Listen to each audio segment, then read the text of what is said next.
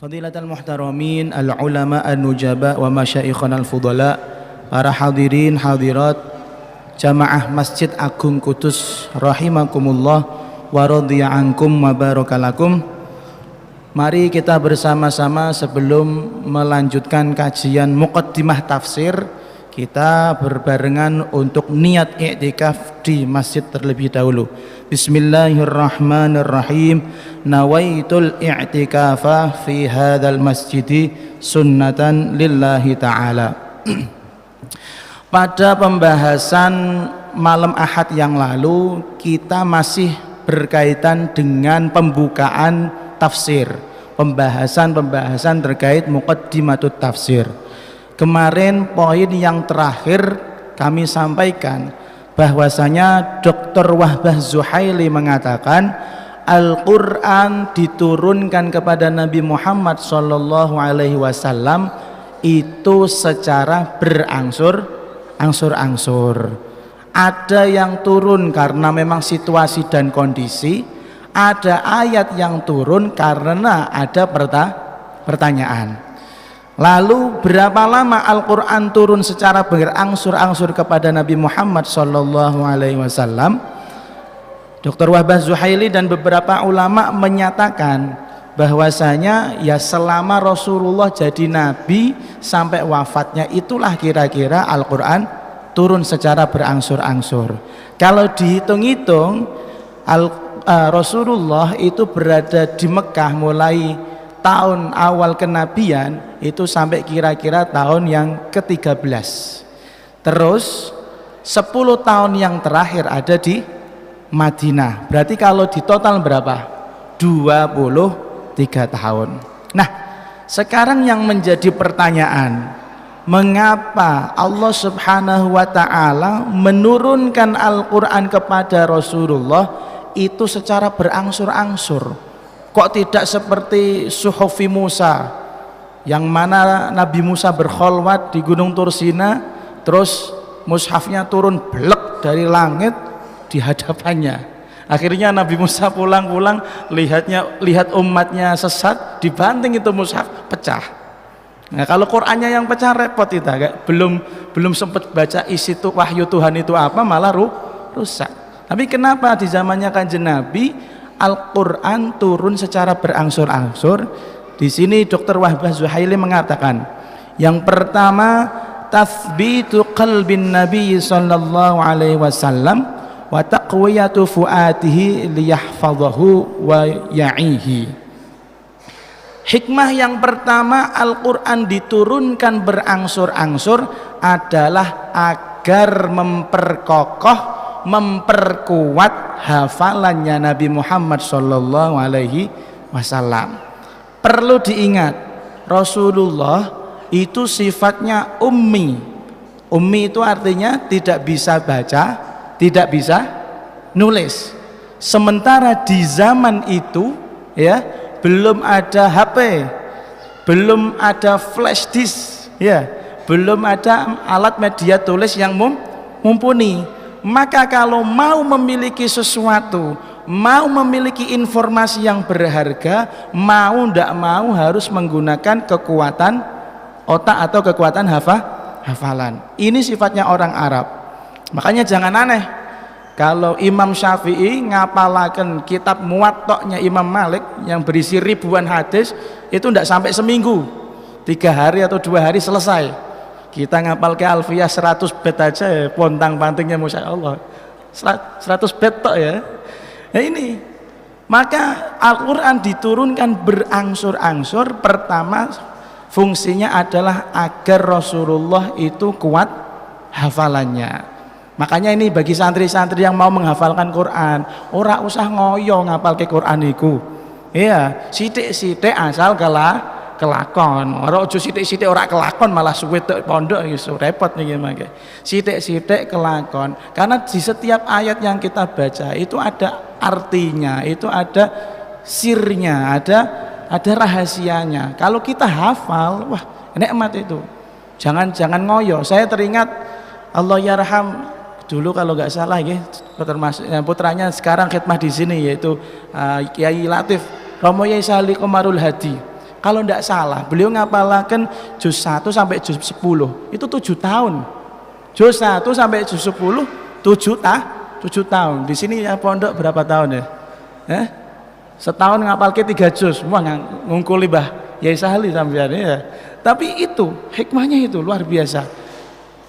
Hafalannya menjadi nandes di hati, hafalannya menjadi kuat. Ini bisa dipelajari dan ini sudah menjadi tradisinya para sahabat, para tabi'in. Bahkan para sahabat pernah berkata seperti ini, kami tidak akan pindah menghafalkan ayat yang lain kecuali kami sudah hafal, sudah faham dan sudah mengerti arti dari hafalan ayat yang telah kami hafalkan sebelumnya. Misal ada sahabat yang menghafalkan surat Al-Baqarah, dia tidak akan pindah ke surat yang lain kecuali sudah paham betul isinya, maknanya dan pemahaman tentang surat Al-Baqarah. Kalau kita kan nggak peduli harokatnya keliru kayak atau bener, pokoknya ngapal gitu terus. Ya akhirnya ya amburadul hafalannya. Ini coba ditata bagi santri-santri yang mau ngafal Quran, santai saja, itu bisa diikuti sedikit demi sedikit. Yang penting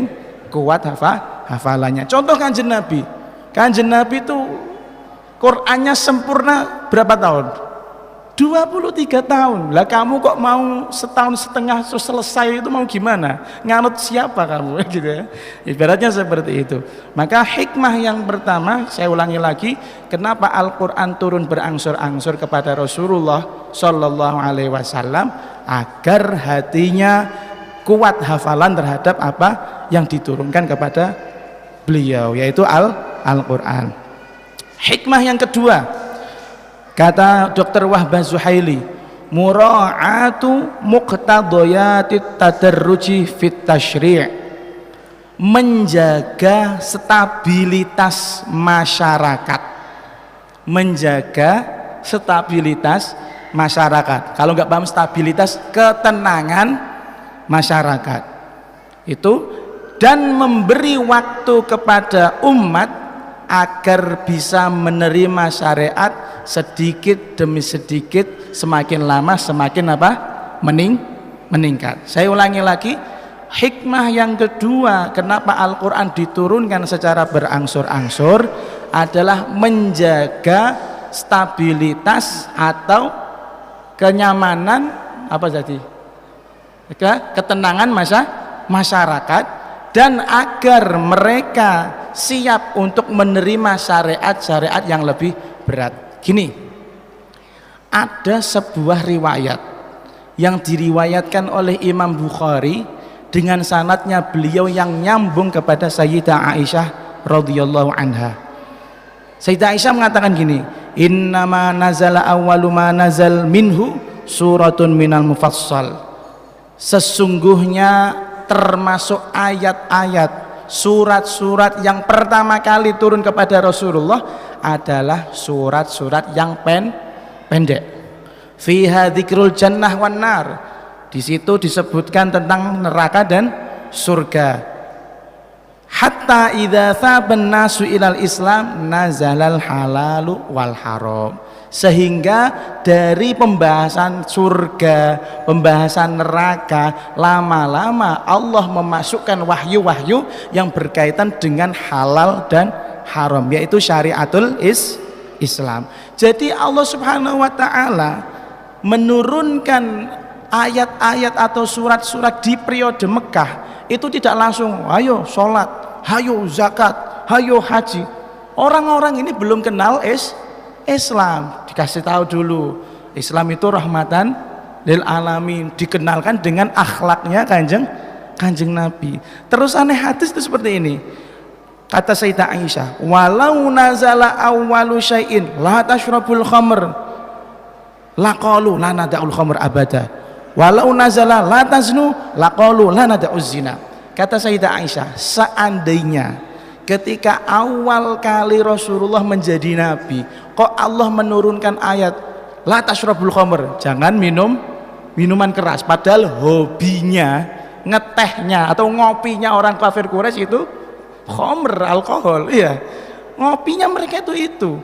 Maka ketika kanjeng Nabi dengan membawa agama baru, kok membawa ayat yang seperti ini? Pasti kafir Quraisy mengatakan la nata'ul khamr abada, kami tidak akan meninggalkan miras, hidup miras, kan gitu tadi. Dakwahnya tertolak. Begitu juga kalau seandainya ayat yang turun la taznu, jangan kalian berzina, itu padahal hobi mereka, maka mengatakan la nada'u zina, tidak hidup dengan zina. Waduh, repot ini. Makanya Al-Quran diturunkan secara pelan-pelan, berangsur-angsur, demi menjaga apa? Stabilitas masyarakat, sehingga lama-lama mereka siap untuk menerima ajaran agama Islam yang lebih berat. Makanya ini juga bagi orang-orang yang mau dakwah, yang terjun di dunia mengajak orang kepada kebaikan, jangan ngegas gitu loh maksudnya. Saya teringat seperti halnya Habib Namunzir Al-Musawa almarhum, pimpinan majelis Rasulullah di Jakarta. Beliau itu gitu, katanya awal-awal dakwah itu juga sulit. Jadi sudah minta sama jamaahnya, ayo nanti malam kita ngaji bersama-sama. Nggih Beb, siap. Sampai tempatnya Habib sudah hadir, ternyata belum ada orang. Jam 9 baru satu yang hadir. Udah Bib, assalamualaikum. Waalaikumsalam. Ya duduk dulu, ngopi dulu ya Bib ya, jangan taklim langsung. Ya enggak apa-apa. Terus baru 2, 3, 5 orang akhirnya yang datang. Enggak sampai seperti ini, kena 40 orang alhamdulillah ada yang mendengarkan. 5 orang gimana? Mau masih ngopi dulu, udut-udut dulu, apa langsung taklim? Santai Bib, kita jagung-jagung dulu aja dulu. Nongkrong dulu. Pelan-pelan sekali. Setelah mereka mau menerima, baru dimasuki pelajaran tentang agama Islam. Tapi kalau dai-dai sekarang ya ngapunten, kalau saya sendiri juga gak betah. Ngenteni kok tekan jam 10, jam 11, atuk turun ning omah ya. Apalagi malam Minggu dingin-dingin seperti ini. Sadu sekali ya. Jadi paham ya. Ini seni daripada berdakwah. Jadi kita harus pelan-pelan memahami karakter orang yang di situ. Seperti halnya Wali Songo. Wali Songo luar biasa memahami karakter daripada orang-orang Jawa. Di zaman dulu Mbah Sunan Kalijaga melihat fenomena, orang-orang suka wayang. Yang awalnya wayang yang muharram, yang gambarnya betul-betul gambar-gambarnya untuk sesuatu yang hidup, maka dirubah sama Mbah Sunan Kalijaga, Semar, Bagong dan lain-lain itu, untuk agar bisa memasukkan unsur agama Islam di dalam dakwahnya. Kalau sekali dakwah langsung ini boleh, ini enggak boleh, haram, bid'ah, kafir, waduh, lari bro. Saya punya teman, tapi ngapunten, sudah murtad. Ketika saya di kuliah di luar negeri, itu ada teman dari Amerika, dia mu'alaf, masuk agama Islam, akan tetapi cara pembawaan daripada masyayikh di sana, ini masyayikh yang bukan ahli sunnah ya, masyayikh yang wahabi gitu ya, itu mereka itu seperti itu, bid'ah, kafir, mungkar dan syirik dan lain-lain. Hingga suatu saat terjadilah apa yang terjadi, dia menyatakan murtad, keluar daripada agama Islam. Usut punya usut, ternyata dia tidak betah dengan cara berdakwahnya masyayikh yang ada di sana. Masya Allah, naudzubillah min dalik. Kita lihat Habibana Umar bin Hafid, Masya Allah, pelan-pelan orang kafir nanya sama beliau, dijawab, dilihat sambil senyum. Kalau kita, apaan sih kafir-kafir nanya-nanya, kan gitu ya. Kalau kita, ya Allah, ya pelan-pelan. Pun lanjut, hikmah yang ketiga. Ini yang bisa kita sampaikan, 3 hikmah saja. Sebenarnya masih banyak, tapi kita sampaikan 3. Yang ketiga adalah kenapa Al-Quran turun berangsur-angsur kepada Nabi, adalah agar Nabi dan umat Kanjeng Nabi Muhammad SAW dengan para sahabat yang muslimin itu muncul kerinduannya, muncul semangat mereka untuk menanti-nanti, menunggu-nunggu wahyu-wahyu yang baru dari Allah Subhanahu wa Ta'ala. Perlu kita ketahui, Rasulullah SAW itu seorang nabi, tapi beliau dari kalangan manusia, bangsa manusia. Di di dalam akidahnya ahli sunnah wal jamaah wuqu'ul a'radul basyariyah. Seorang nabi itu bisa merasakan apa yang dirasakan oleh manusia biasa. Nabi itu bisa bahagia, nabi itu bisa sedih, nabi itu juga bisa frustasi. Jadi kamu kalau frustasi itu ya ada panutannya gitu ya, tinggal mau manut yang gimana ya. Frustasi. Nabi itu juga nikah, nabi juga makan dan lain-lain. Lah ketika di periode Mekah itu nabi kekuatan dakwahnya belum kuat, backup-nya belum kuat, lebih banyak kafir Quraisy daripada kaum muslimin. Berarti Rasulullah dengan umat adalah kaum minoritas. Terus siapa yang menjadi penguat Rasulullah dan para umatnya saat itu? Yaitu ketika Jibril turun wahyu. Ada turun wahyu, ya Allah, nikmatnya luar biasa. Jadi ketika Nabi itu ditindas, datanglah wahyu dari Allah. Ketika Nabi dizolimi, datanglah Jibril membawa ayat yang baru. Maka dengan datangnya Jibril ini loh, membangun semangat rindu akan wahyu-wahyu yang baru dari Allah Subhanahu wa ta'ala. Dan kerinduan ini menyebar juga kepada para sahabat. Sampean semua kan tahu bahwasanya di periode Mekah betapa dahsyatnya penindasan kaum kafir Quraisy terhadap kaum muslimin. Selalu Kanjeng Nabi mengatakan nasrun minallahi wa fathun qarib, tenang, pertolongan Allah itu dekat ya, dan kemenangan akan semakin dekat. Tapi kapan? Sampai akhirnya di masa 23 tahun itu muncullah yang namanya Fathu Makkah, ya enggak? Itu seandainya nggak ada wahyu-wahyu seperti itu, mungkin yang murtad banyak. Walah Nabi ngapusinan, ya enggak? Walah Nabi rak de mukjizat, ya enggak? Walah Nabi kok tola-tolo, ya enggak?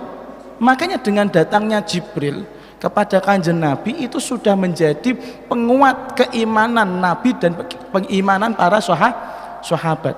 Jibril kan seringkali hadir di dunia ini untuk menemui Kanjeng Nabi dalam penampakan manusia. Sekali lagi, Jibril seringkali turun kepada Kanjeng Nabi dalam penampakan apa? Manusia. Jibril kalau tidak salah, Imam Suyuti menuliskan bahwasanya dalam penampakan aslinya menemui Rasulullah hanya 2 atau 3 kali.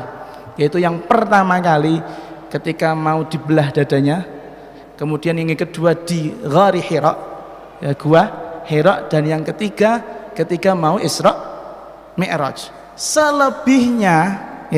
Selebihnya wahyu turun dalam bentuk mithla solsolatil jaros, seperti suara lonceng atau seperti suara tawon yang sedang berterbangan, atau dalam bentuk rupanya para sahabat yang rupawan.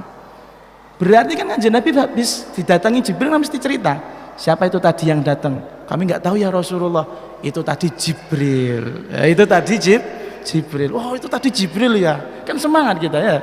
Semangat, oh ternyata Allah itu tetap menolong kaum muslimin. Inilah yang salah satu atau 3 alasan kenapa Al-Qur'an turun berangsur-angsur kepada Nabi Muhammad sallallahu alaihi wasallam. Dah, kita selesai dari pembahasan hikmah turunnya Al-Qur'an berangsur-angsur. Lalu kemudian ketika Anda baca Al-Qur'an, suratul Fatihah Makkiyah, suratul Baqarah Makkiyah dan lain-lain. Apa sih artinya Makkiyah sama Madaniyah?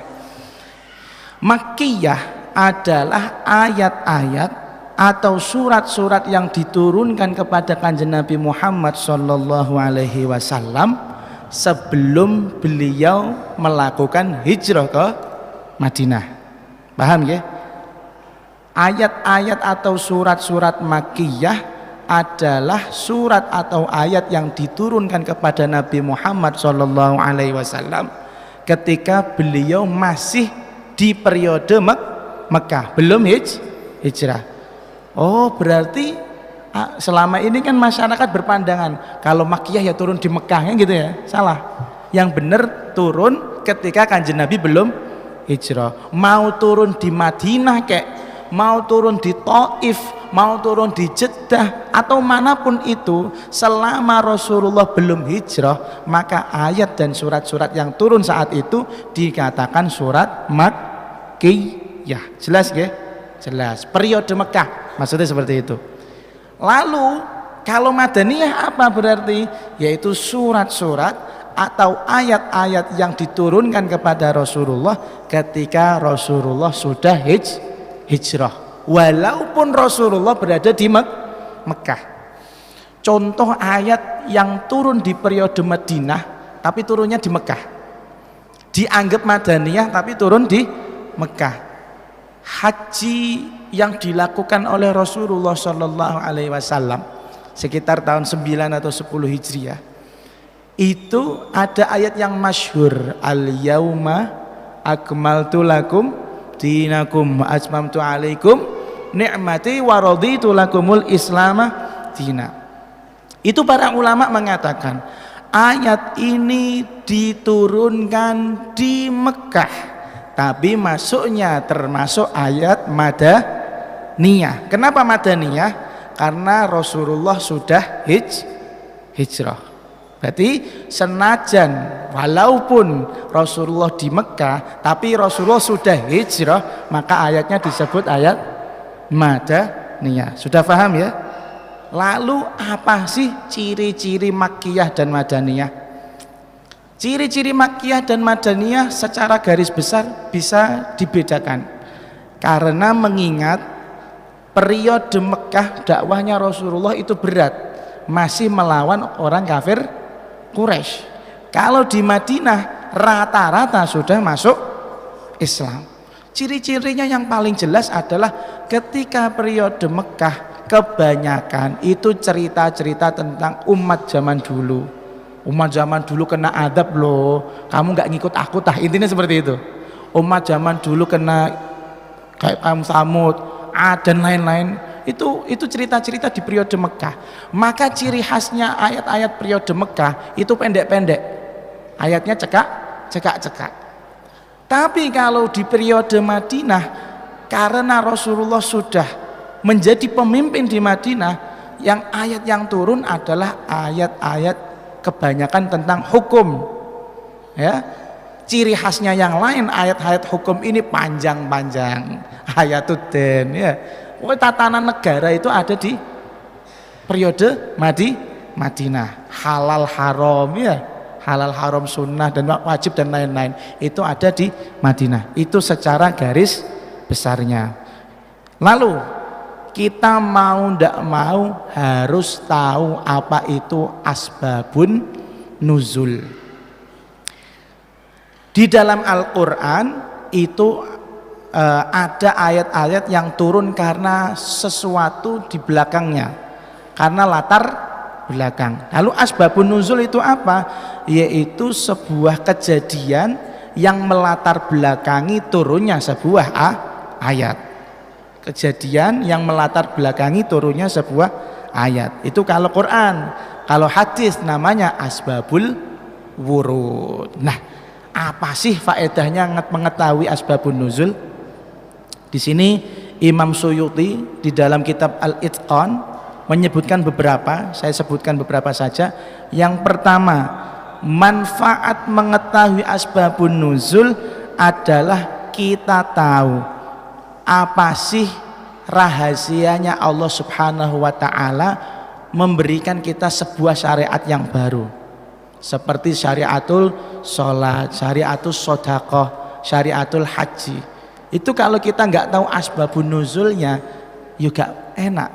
Seperti halnya gini, di pondok itu ada peraturan ya, keamanan ini biasa. Pondok itu ada peraturan, tiba-tiba gusnya atau kiainya mengatakan haram main PS. Yang main PS nanti ditakzir 100.000. Kenapa ada hukum seperti itu? Nah, santri yang baru kan pasti protes. Wih, cek larangnya 100.000. Wong aku belum pernah main PS, mlebu pondok langsung 100.000. Ternyata di zamannya Pak Yai ketika menata pondok, santri-santrinya beling lebih banyak ngaji di PS daripada ngaji di pondok. Nah, kalau Anda mengetahui asbabun nuzulnya haramnya PS tadi oleh Pak Kiai, itu Anda tidak akan protes. Oh iya ya, mungkin untuk membentuk lingkungan masyarakat yang tertata harus ada punishment atau hukuman. Nah, ini manfaatnya kita tahu asbabun nuzul. Makanya di dalam Al-Quran itu indah sekali. Setiap ayat yang turun kebanyakan itu ada latar belakangnya, ada ceritanya. Lalu yang kedua, manfaatnya apa? Al-wuqufu 'alal ma'na wa izalatul iskal, yaitu kita bisa mengetahui maksud intisari daripada ayat yang diturunkan. Ayat ini ngomong kayak apa sih? Ayat ini kok tiba-tiba seperti ini sih? Hikmahnya apa? Kenapa maknanya itu ada apa? Seperti apa namanya, hukum tentang bahwasanya orang yang membunuh orang lain ya tanpa alasan yang jelas, tanpa alasan syariat, maka harus dibunuh balik. Kok sampai seperti itu sih? Kalau nggak tahu asbab nuzulnya, protes Anda. Wah, hukum Islam kejam ya. Hukum Islam kejam. Seperti halnya motong tangan, faqta'u aydiyahuma di dalam Al-Quran. Potong tangannya. Kalau Anda nggak tahu asbabun nuzul, nanti lama-lama Anda menjadi liberal. Ini apa ini Al-Quran ini? Galak sekali. Tiba-tiba orang maling ini kok dipotong tangannya, nggak peri kemanusiaan, gitu nanti, ya kan?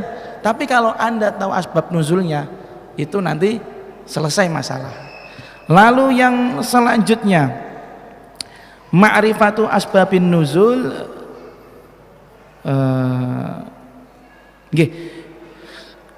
Asbabun nuzul itu adalah salah satu perangkat untuk memahami isi daripada Al-Quran. Saya ulangi lagi, asbabun nuzul adalah perangkat penting untuk memahami isi daripada Al-Quran.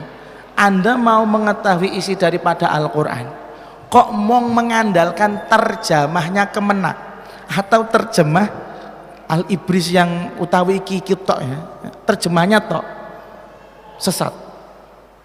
Iya, saya ulangi lagi. Orang kok pengen mengetahui isi Al-Quran, meninggalkan ilmu asbabun nuzul, dikhawatirkan apa? Sesat. Maka kalau Anda pengen jadi orang ahli yang tafsir, betul-betul tafsir yang expert, orang yang tafsir beneran, itu haram meninggalkan yang namanya asbabun nuzul. Sampai sini paham ya? Oke. Lalu kita berpindah kepada cerita tentang pengumpulan Al-Quran. Secara sekilas pengumpulan Al-Quran itu ada 4, yaitu yang pertama Al-Quran belum dibukukan ya. Yang kedua Al-Quran ditulis di zaman Nabi seperti apa. Yang ketiga pengumpulan Al-Quran di zaman Abu Bakar. Dan yang keempat pengumpulan Al-Quran di zamannya Utsman bin Affan. Jadi ada periode Al-Quran diturunkan itu bagaimana, kemudian ditulisnya di zaman Nabi seperti apa, di zamannya Abu Bakar bagaimana, dan di zamannya Utsman bin Affan. Kita bedah satu-satu. Al-Quran tidak diturunkan Allah subhanahu wa ta'ala sebagaimana urutan yang ada di mushaf sekarang. Kalau Anda buka Al-Quran sekarang, itu jelas halaman pertama suratul Fatihah, tidak mungkin surat Yasin. Kalau surat Yasin berarti itu ada gambar covernya biasanya di depan itu, almarhum al-maghfurillah memperingati 100 hari ya. Nah itu bukan, itu surat Yasin, tapi kan bukan Al-Quran utuh ya. Jadi Al-Quran itu pertama kali kita harus tahu, Al-Quran tidak diturunkan secara urut oleh Allah Subhanahu wa ta'ala, sesuai dengan situasi dan kondisi. Lalu apakah surat-surat yang ada di dalam Al-Quran ini, mulai juz 1 sampai 30, mulai Al-Fatihah sampai An-Nas, itu urutannya siapa? Kan pertanyaan itu. Sing ngurutno sapa? Apa iki dolanane sahabat? Apa ini kerjaannya para tabiin atau kerjaannya orang baru-baru saja? Ternyata para ulama mengatakan kita harus wajib percaya bahwasanya Al-Quran Mushaf yang kita pegang sekarang ini, awal dari surat Al-Fatihah sampai surat An-Nas, itu urutan ayat dan suratnya tauqifi. Sekali lagi, bukan taufiqi, tauqifi. Yang namanya taufiqi jangan GR ya, tauqifi. Apa artinya tauqifi? Sudah ketetapan dari Allah dan Rasulullah Shallallahu Alaihi Wasallam. Jadi kita harus iman ini, urutan Al-Quran seperti ini wajib diimani. Kok ingkar? Takutnya nanti kafir. Oh enggak, ini urutannya yang benar tuh Anas dulu, Yasin, Tabarok, enggak boleh. Harus tauqifi seperti ini. Karena ini sudah ketentuan dari Allah dan Rasulullah. Lalu dalilnya apa ya? Dalilnya apa naiku adalah yang menentukan Allah dan Rasulullah, yaitu ketika di zaman Nabi. Di zaman Nabi Al-Quran itu turun ketika media alat tulis sangat minimalis. Belum ada buku, belum ada kertas, belum ada tab, belum ada komputer. Maka para sahabat itu terpaksa nulis Al-Quran di tembok-tembok, nulis Al-Quran di tulang belulang, nulis Al-Quran di gelugu atau pelepah kurma dan lain-lain. Ada yang nulis di batuan, ada yang nulis di gua dan lain-lain. Pokoknya bagaimana caranya Al-Quran itu ditulis. Maka Kanjeng Nabi di saat itu punya tim khusus untuk menulis Al-Quran. Para sahabat yang lain tidak boleh nulis. Kalau mau mereka nulis, ya nulis, tapi jangan disebarluaskan, pek dhewe, nggak boleh fotokopi, pek dhewe. Kanjeng Nabi menyuruh beberapa sahabat untuk menuliskan Al-Quran. Di dalam beberapa riwayat dikatakan dha ayatu hadza fi surati kadza ba'da ayati kadza. Wahai fulan, kamu yang nulis surat atau nulis Al-Quran, taruhlah wahyu yang baru ini di surat ini setelah ayat ini. Berarti urutan daripada Al-Quran yang sekarang kita pegang itu merupakan ketentuan dari siapa tadi? Allah dan Rasulullah. Bahasa Arabnya apa? Tauqifi. Jadi ketika Kanjeng Nabi meninggal, urutan Al-Quran ya seperti itu. Yang menjadi pertanyaan, terus di mana Al-Quran utuhnya? Kan gitu kan? Apakah di zaman Rasulullah ada Al-Quran yang utuh? Belum ada. Tapi sudah utuh di hati para sahabat, dan utuh di beberapa sahabat yang disuruh nulis Al-Quran. Paham ya? Al-Quran setelah sepeninggal Rasulullah apakah utuh? Utuh di sebagian sahabat yang hafal Quran dan di sebagian sahabat yang nulis atau diperintah nulis Al-Quran. Paham sampai sini? Maka ketika zamannya Abu Bakar, kita masuk di zamannya Abu Bakar. Di zaman Abu Bakar ada sebuah peperangan yang namanya Perang Yamamah. Di situ delalah yang ikut perang banyak daripada kalangan-kalangan sahabat yang hafal Al-Quran. Banyak yang mati syahid, sekitar 70-an orang. Sak pondok hilang mati kabeh sing hafal Quran. Nah, sekarang anak 70, 80 kan sak pondok ya, 70 orang mati semua. Akhirnya ada kegelisahan di dalam hati Sayyidina Umar bin Khattab. Beliau mengusulkan, ya Abu Bakar, engkau ini adalah seorang khalifah, tolonglah Al-Quran ini kita bukukan lagi, kita resmikan yang mana yang menjadi rujukan utama. Jawabnya Abu Bakar pertama, tidak, saya tidak akan melakukan sesuatu yang belum pernah dilakukan Rasulullah. Terus Sayyidina Umar masih ngeyel, ayolah, kalau nggak seperti itu nanti umat Islam di belakang kasihan, mereka nggak tahu Quran itu bagaimana. Setelah dipikir-pikir, istikharah, Sayyidina Abu Bakar setuju. Ya sudah, kalau gitu saya setujui, saya bikin surat presiden atau surat surat keputusan untuk membuat tim penulis Al-Quran. Menurutmu siapa yang paling pantas untuk memimpin proyek ini? Dijawab sama siapa? Sayyidina Umar, Zaid bin Thabit. Karena dia tulisannya juga lengkap, hafalan Al-Qur'annya juga lengkap. Akhirnya ditemui Zaid bin Thabit. Kata Abu Bakar kepada Sayyidina Zaid bin Thabit, waktu itu Zaid bin Thabit masih di bawah 30 tahun, sudah pegang proyek nulis Al-Qur'an. Sekarang anak-anak ada ya nulis proyek Al-Qur'an ya? Tidak ada ya. Seorang muda di bawah 30 tahun ditunjuk untuk memimpin proyek ini. Ketika dikatakan, wahai Zaid bin Thabit, kami tunjuk untuk memimpin proyek ini, untuk menulis Al-Quran kembali utuh dari awal sampai akhir. Beliau menolak, tidak, saya tidak mau melaksanakan itu. Rasulullah nggak pernah nyuruh seperti itu. Walaupun Rasulullah nyuruh saya secara pribadi, tapi nggak pernah nyuruh secara umum kepada para sahabat. Akhirnya dibujuk, dirayu sedikit demi sedikit, sampai pada akhirnya Abu Bakar mengatakan gini, innaka syabun aqilun la natahimuk. Wahai Zaid bin Thabit, kami memilih Anda untuk menjadi pimpinan proyek pengumpulan Al-Quran ini tidak tanpa alasan. Alasannya engkau adalah akil, orang yang cerdas. La natahimuka, kami tidak pernah natahim itu tidak pernah yang namanya meragukan hal tersebut. Anda itu orang cerdas. Kalau kami pilih itu sudah sewajarnya. Masa saya milih sahabat yang baru-baru saja sama Rasulullah? Gak mungkin kan? Kamu yang sudah mulazamah, yang sudah lama sama Rasulullah, nulis wahyu Rasulullah, ya kamu yang paling pantas untuk memimpin proyek ini. Akhirnya karena alasannya kuat, Sayyidina Zaid bin Thabit terpaksa menerima amanah ini. Tapi sekali lagi, beliau menerimanya bitawadu. Beliau menerimanya tidak dengan berbangga hati. Jangan dipikir wah untuk bisa rofiroh itu. Oh enggak.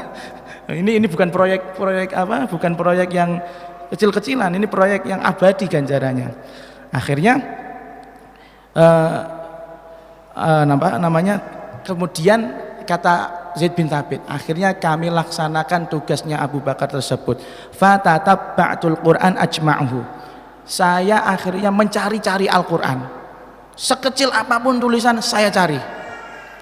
Saya carinya di pelepah kurma, saya carinya di tulang belulang. Semua sahabat yang punya tulisan saya paranin satu-satu. Saya tanya, ini benar gak ada suratul Fatihah? Ini benar gak ada surat Al-Baqarah? Ini benar gak ada ila akhiri suratin Nas? Jadi beliau itu proyek menulis Al-Quran tersebut dicocokkan dengan tulisan yang dimiliki para sahabat dan dicocokkan dengan hafalannya para sahabat. Dua metode, hafalan dan tulisan, sampai pada akhirnya berhenti di sahabat yang namanya Khuzaimah Al-Ansori. Sahabat Khuzaimah Al-Ansori itu memiliki tulisan Al-Quran akhir surat Baroah, yaitu ayat laqad ja'akum rasulun min anfusikum sampai akhir surat Taubah. Selama ini tulisannya Zaid bin Thabit, hafalannya Zaid bin Thabit, tidak ada ayat itu.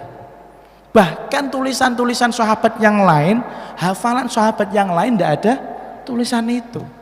Akhirnya karena sahabat Khuzaimah Al-Ansori betul-betul nulisnya dari Rasulullah langsung, ditetapkan ini adalah ayat terakhir daripada surat At-Taubah atau surat Baroah. Coba seandainya tidak ada Zaid bin Thabit, mungkin laqad ja'akum nggak ada. Loh iya kan, betul kan? Laqad ja'akum rasulun min anfusikum azizun alaihi ma anittum harisun alaikum bil mu'minina raufur rahim fa in tawallaw faqul hasbiyallah la ilaha illahu alaihi tawakkaltu wa huwa rabbul arsyil azim. Coba kalau nggak ada usaha dari Zaid bin Thabit, mungkin kita nggak kenal kalau di akhir surat Baroah ada ada ayat apa?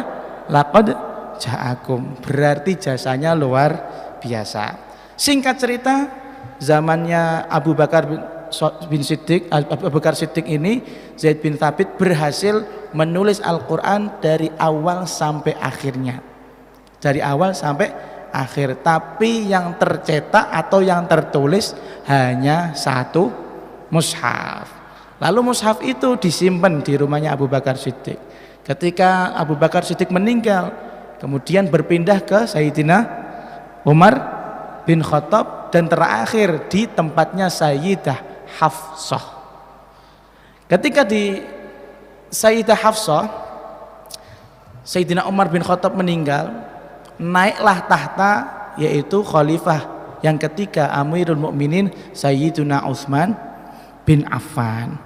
Nah, di periode Sayyidina Utsman bin Affan kekuasaan Islam itu meluas sampai kemana-mana, sampai daerah-daerah yang jauh sekali daripada namanya bangsa Arab. Singkat cerita, para sahabat itu menemukan fakta, wah mocone Al-Quran teng amburadul. Akhirnya salah satu sahabat yang mulia yang namanya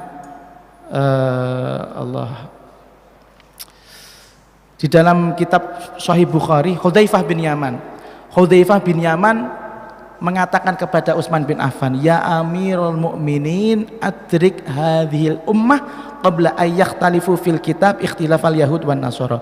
Ya Amirul Mukminin Utsman bin Affan, tolonglah umat ini, panjenengan punya kewajiban untuk menuntaskan, untuk menolong umatnya Kanjeng Nabi Muhammad sallallahu alaihi wasallam.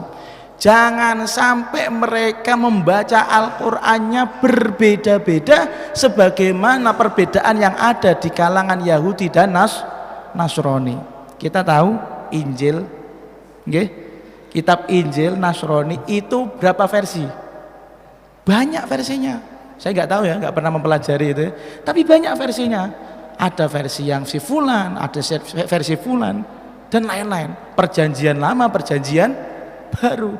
Iki ku kitab model apa? Jadi ini kitabnya Gusti Allah tapi kok beda-beda. Tapi kalau Al-Quran Anda cari dari ujung dunia barat sampai ke ujung dunia timur, utara, selatan, ya Quran yang seperti ini sudah. Karena di zamannya Sayyidina Utsman dilakukan beberapa usaha untuk menulis kembali Al-Quran. Jadi singkat cerita, ketika Hudzaifah bin Yaman menemukan fenomena orang-orang itu baca Qurannya ngawur, beliau segera mungkin untuk mendatangi Sayyidina Utsman meminta titah agar membentuk tim menulis Al-Quran. Jadi Sayyidina Utsman itu nulis bukan mengumpulkan, tapi hanya menulis ulang. Kalau Sayyidina Abu Bakar apa? Mengumpulkan dari awal, ya. Sampai kalau nggak ada Khuzaimah Al-Ansori, laqad ja'akum tidak termasuk surat daripada ayat daripada Al-Quran. Maka usaha yang dilakukan Sayyidina Utsman hanya menulis kembali sehingga tercetak atau tertulis berapa? 6 mushaf yang disebar ke penjuru dunia yang menjadi pusat peradaban Islam. Ada yang ke Basra, ada yang ke Syam, ada yang ke Mesir dan lain-lain. Dan ada satu mushaf yang tertinggal di Madinah sebagai kopian asli.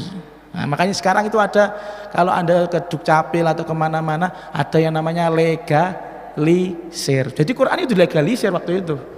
Jadi dengan dicetak atau ditulis 6 mushaf yang namanya sekarang Mushaful Imam. Lah, sekarang pertanyaannya, mushaf 6-6-nya itu sekarang di mana? Masih ada apa enggak? Ternyata salah satu mushaf itu ada yang disimpan di Masjid Umawi. Masjid Umawi itu ada di Syam, atau sekarang ya taruhlah Persia, Syria, Lebanon dan sekitarnya itu. Palestina termasuk salah satunya. Di Masjid Umawi Damaskus, Beirut ya. Nek sampean tuku kitab DKI Beirut ya, rodok larangnya. Di Masjid Umawi itu di pojoknya ada tiang, di situ khusus nyimpen mushafnya zamannya Sayyidina Utsman bin Affan.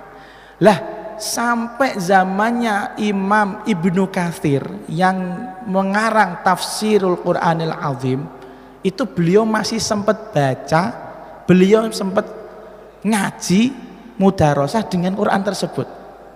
Hingga pada akhirnya di zamannya Imam Ibnu Katsir itu banyak sekali ulama-ulama yang mengcopy paste, menulis, nyontoh, menyalin Al-Quran yang ada di Masjid Umawi. Tapi keberadaannya Mushaf Al-Imam sekarang sudah hilang. Dimakan, ada yang dimakan oleh zaman, ada yang karena peperangan akhirnya dibakar. Tapi kan janjinya Allah kan, inna nahnu nazzalna dzikra wa inna lahu lahafidun. Kami yang menurunkan Al-Quran dan kami pula yang akan menjaga Al-Quran. Jadi kita harus percaya Quran yang kita pegang sekarang ini sudah cocok dengan Qurannya Sayyidina Utsman. Qurannya Sayyidina Utsman cocok dengan Qurannya Sayyidina Abu Bakar. Qurannya Abu Bakar cocok sekali dengan Qurannya Rasulullah Shallallahu Alaihi Wasallam. Kemudian pembahasan yang selanjutnya kita akan bahas di pertemuan yang akan datang, mengingat waktu sudah mepet waktu Isya. Bismillahirrahmanirrahim. Alhamdulillahirabbil alamin. Allahumma shalli wa sallim wa barik ala sayyidina Muhammadin wa ala alihi wa sahbihi ajma'in. Allahumma nawwir qulubana binuri ma'rifatika kama nawwartal arda binuri syamsika abadan abada. Allahumma ya Allah, inna nas'aluka ilman nafi'an wa amalan salihan mutaqabbala. Allahumma ya rabbal alamin, rabbana anfa'na bima 'allamtana, rabbi 'allimna alladhi yanfa'una, rabbi faqihna wa faqih ahlana wa qarabatin lana fi dinina ma'a ahli al-qudri untha wa dhakar, rabbi waffiqna wa waffiqhum lima tartadi qawlan wa fi'lan karama warzuqil kulla halalan daima wa akhilla atqiya ulama nuhdha bil khairi wa nukfa kulla syarr, rabbana waslih lana kulla syu'un wa aqir bir ridha minkal uyun wa qdi 'anna rabbana kulla duyun qabla an tatiyana rusulul mafnun waghfir istur anta akram man sadar wa salatullahi taghshal mustafa man ilal haqqi da'ana wal wafa bi kitabin fihi linnasi shifa wa 'alal alil kirami syurafa wa 'alas sahbil masabihil ghurar. Allahumma hdina bihudak waj'alna mimman yusari'u fi ridak wa la tuwallina waliyan siwak wa la taj'alna mimman khalafa amraka wa 'asak wa hasbunallahu wa ni'mal wakil wa la hawla wa la quwwata illa billahil aliyyil azim.